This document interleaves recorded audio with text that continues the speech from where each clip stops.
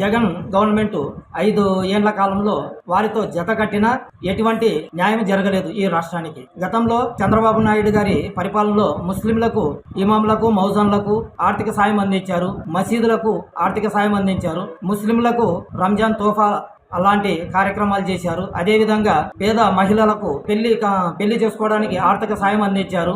మరియు అదేవిధంగా కార్పొరేషన్లను ఏర్పాటు చేసి వారికి ప్రత్యేక నిధులు కేటాయించి వాటి ద్వారా వారి అభివృద్ధికి కూడా పాటుపడడం జరిగినది. విదేశాల్లో చదువుకోవడానికి కూడా విద్యార్థులకు సహాయ సహకారాలు అందించడం జరిగినది చంద్రబాబు నాయుడు గారి పీరియడ్లో. తర్వాత వచ్చిన జగన్ మోహన్ రెడ్డి గారి మోసపూరితమైన హామీలకి తలొగ్గి ప్రజలు ఆయనకు ఎన్నుకోగా వారు ప్రజల్ని ఒమ్ము చేసి మొత్తం రాష్ట్రాన్ని అస్తవ్యస్తంగా తయారు చేయడం జరిగినది. బీజేపీతో జత కట్టి తను నిలబడడానికి, తన ప్రభుత్వం నిలబడడానికి, తన కేసుల నుండి తను తప్పుకోవడానికి బీజేపీతో టైఅప్ అయినాడే తప్ప రాష్ట్ర అభివృద్ధి కొరకు కానీ, ప్రజల అభ్యున్నతి కొరకు కానీ బీజేపీతో జత కట్టడం జరిగినది.